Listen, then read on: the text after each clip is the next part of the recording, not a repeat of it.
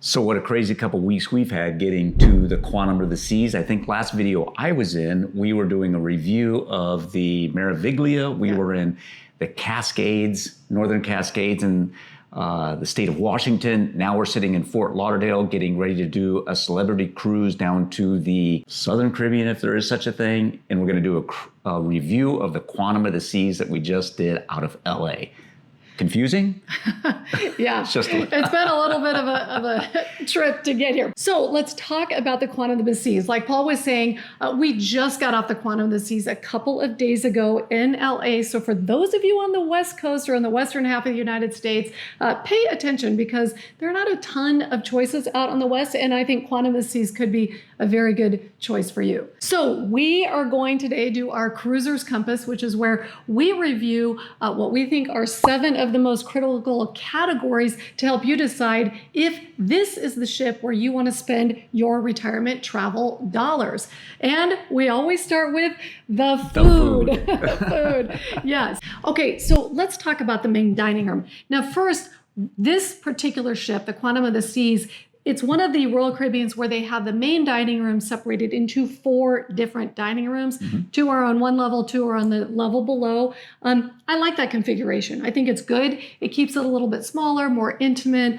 And I thought we got to know our waitstaff a little bit better that way. Yeah. So I think that was a big plus. And I think a pro tip on that too is we had very early dining. I think we got to our dining table at 5 o'clock. And by 6 o'clock, 6:15, by the time we left, the lines were huge. Right. Just a heads up. Yep, exactly. Pro tip, try to lock down an early dining table. Now, let's talk about the food. I think overall, the food was solid. We've been Royal Caribbean fans for a long, long time, and this is something that I have talked about. I think over the last 5 years, I do think their food quality has slipped just a little bit. But we did have some very, very good meals. Like we had, what were you saying, the theme nights? So they do have theme nights. So one night was Mexican, the other was Italian, and then we also had Caribbean. So that's always kind of fun. I think they had a great variety in those themes. I do too. And I think the variety was good. I think many of the meals were good. But I will say when the dining rooms were crowded, like on sea days and whatnot, again, I think they struggled with temperature of the food. Things came out not quite as hot as they should have been. So that would be my one kind of knock on that. And then the desserts. So the desserts, we had a few very good desserts. We also had some that were not so good. Yeah. The custards, I think they struggled with the custards. I'm not quite sure what happened there. So again, a little bit of a plus minus on the main dining room. Service was fantastic though. Service was great. And then let's talk about the specialty dining. We didn't do it this time. But we thought about it and we did some research. We were traveling with family, so we thought it would be fun to do specialty dining. And because they were limited on the specialty dining restaurants, I think there were only 3 on this ship. In that also they were limited during daytime. There was no Johnny Rockets, that type of thing. It just didn't get us the value that we were looking for. For the unlimited dining package. So we stuck strictly to the dining room for this one. So let's go on and talk about some of the other food on the ship. So 270 Cafe. 270 Cafe, fantastic. Yep. I love that venue. It's only available on a couple different of the Royal Caribbean ships, so that was a fun venue. Yeah, but if you do Quantum, highly recommend going to the 270 Cafe for lunch for sure. And then it had the traditionals, the Sorrentos, and it had the Park Cafe where you could get late night pizza sandwiches, desserts, that type of thing. And then one other food venue I want to jump in with, the Solarium Bistro. We'll talk about the solarium in just a minute, but this is the actual cafe that's there. It's where I ate pretty much every single time. It has the healthier choice options, and they did a really good job of having a variety of options. So we didn't have to go all the way over to the Windjammer Cafe for lunch. Or breakfast. We just ate it at the Solarium Bistro. And that worked out really well. And the Windjammer is what you would expect. It was their standard buffet. It was very nice. Great presentation of food. It did have a little bit limited options at breakfast and in lunch, so it was very predictable. Each day was basically the same when it came to the selections of food. And one other thing I want to point out. So I actually did not eat at the Windjammer with one exception. I did decide to go, and they have made to order stir fry. I will tell you, I think it was very understaffed, and it took a long time. The line took like 25 minutes for 3 people. So heads up if you're going to do that. You did eat at the dim sum. Oh yeah, the dim sum is a kind of a side little specialty restaurant, I guess you'd call it. You walk up to it by the pool. You can get chicken satay, beef satay for $2. They also have noodle bowls, Thai noodle bowls that are about $6 each. So it is an upcharge, but it was quite good. It actually was quite good. And not an expensive upcharge. No, so I would say that pretty much covers the food.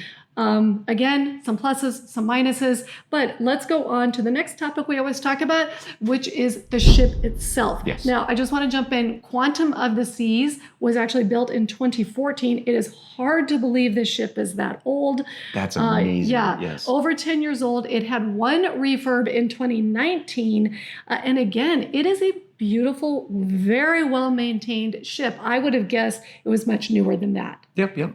It's not their largest ship, but it is on the larger side. Yep. As far as that goes, Yeah. So overall, I would say the feel of the ship is kind of an elegant, subdued feel. It's not splashy in your face kind of a feel. So I would say it's quite a nice feel of a ship. It's very easy to understand and get around, negotiate where you're going. Sometimes they can get a little bit confusing, but I would say this one is not. They have the classic Royal Promenade in the middle with all of the various venues you have talked about, the food venues. And there's 2 venues that I would really like to call out on this ship that I loved. Number 1 was the solarium. This might have the best solarium that we've been in. It's expansive.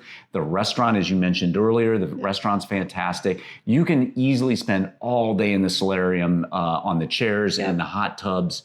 It's a large solarium, very comfortable. And then there is a middle pool area that's not in the solarium, but it's connected to it.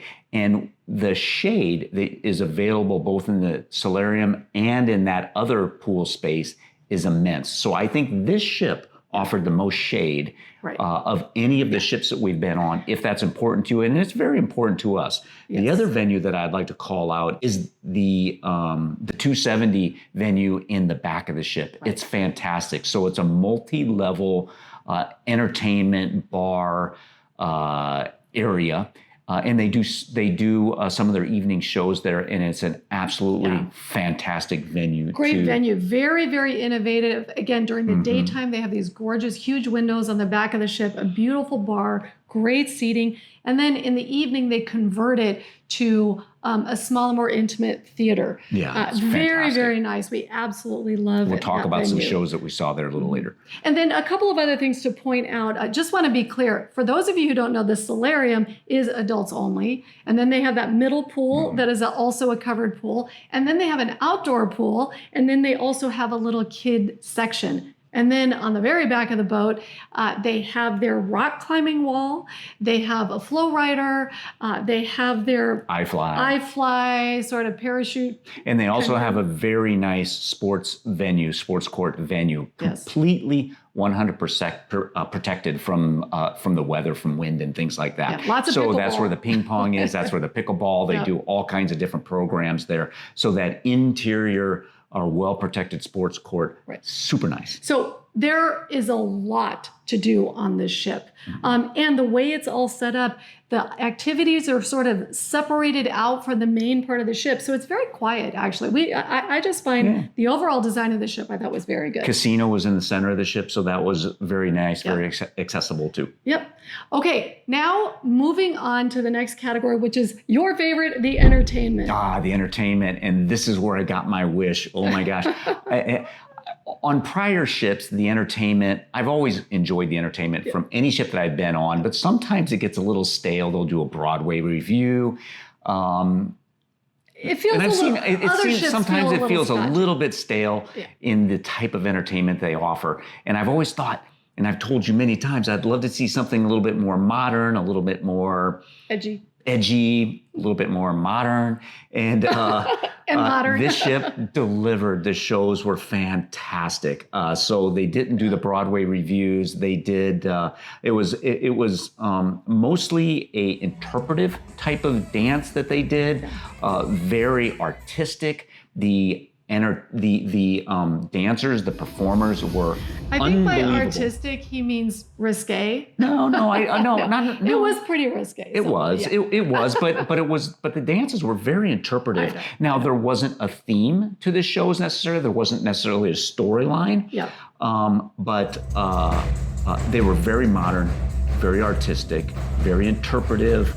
One show had an earth harp that the show revolved around, and that was a fantastic. It was basically a harp that spanned the theater, and it was very cool. I would say they were very unique and innovative. I am going to repeat what you said about, for those of you who really like a story, to follow a story, you would be disappointed because that's not what they're doing on this ship. It's just more of showcasing the talent and the talent, super high level talent. Yeah, in fact, we ran into somebody that does professional show reviews on the ship, and he said Royal Caribbean now is moving some of their troops around between ships.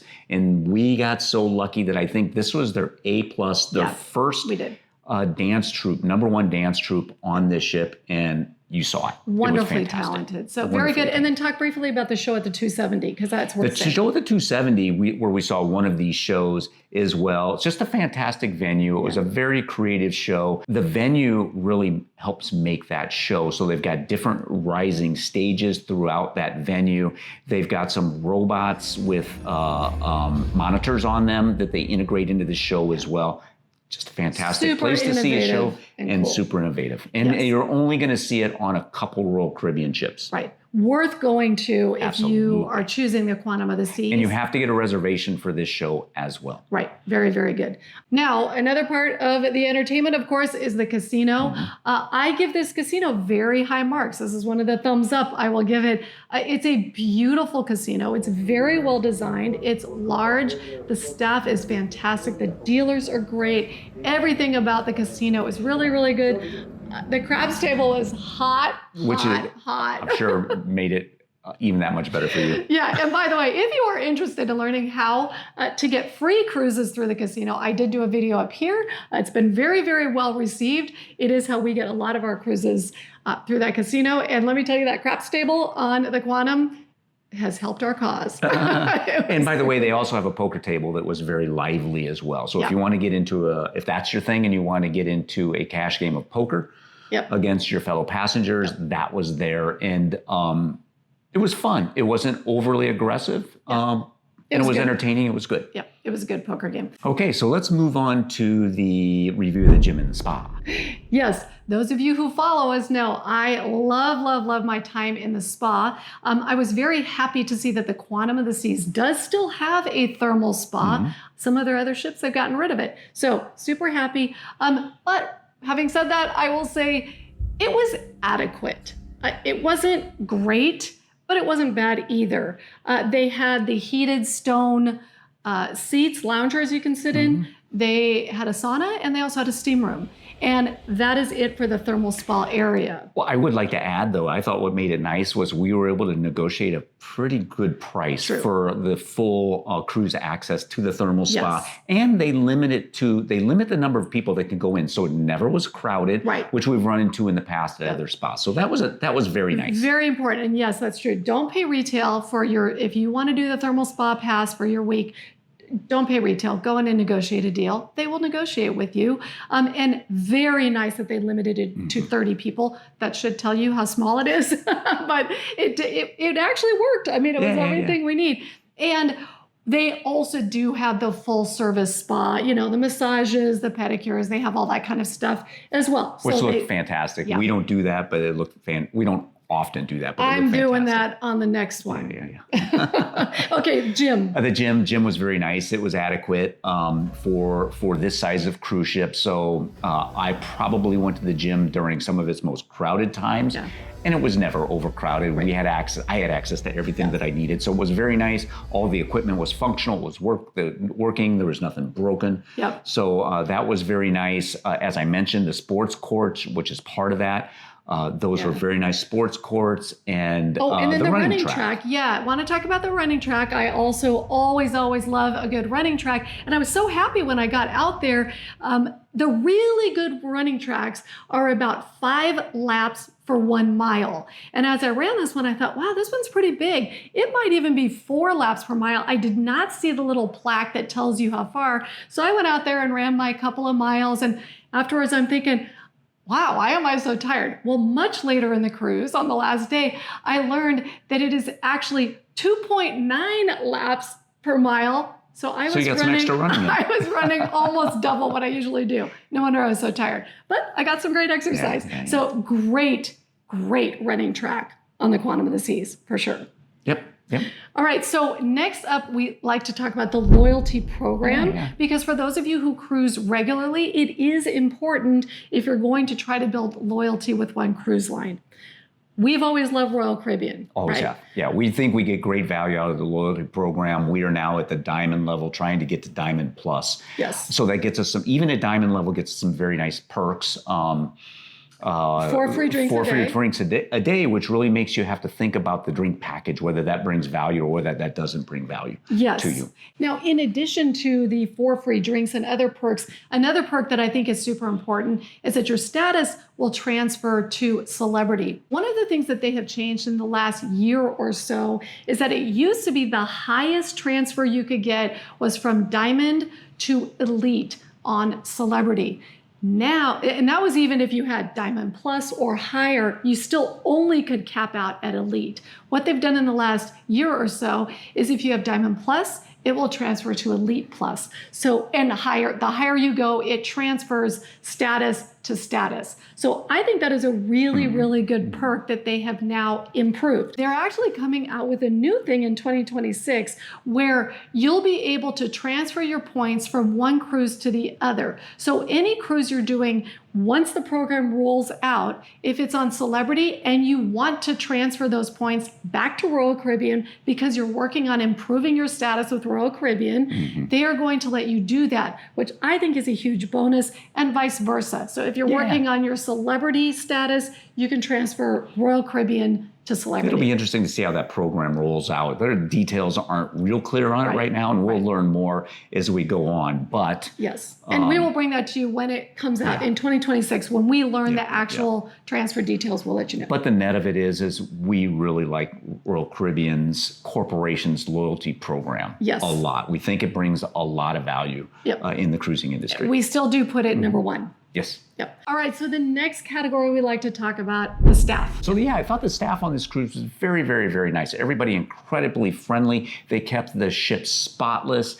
The service was quick. We never had delays and waits for anything that I can think of. Right. I think the ship was very well done. Staffed with the right amount of staff for the amount of passengers that they had. But let's talk about the one exception about the hallways. Oh, yeah. So Royal Caribbean has made a change to how they manage your stateroom from a cleaning standpoint. So they basically will come to your room once a day now, which is fine. That's all we need. We only need once a day. But kind of an unintended consequence of that is then the hallways and things like that don't seem to be monitored that much later in the day. And we'd see food laying out in the hallways for longer than you want to see food, and sometimes there were trails of French fries that would seem to be there for a long time. Right. I do think it's something that I don't mind the change of having the staff clean your room once a day, but I think that they need to up their game and monitor the hallways and have bussers come get rid of people who take food back to their room where they have room service. Those dishes are often sitting out on the floor in the hallway for several hours at a time. Yeah. So again, another kind of not so great thing that we noticed with this change. But that's just a change that maybe they need to work on over time. I don't know. But again, we don't need somebody coming by our room twice or 3 times a day. It's nice. We certainly don't need it. Exactly. But all in all, the staff on the ship was fantastic.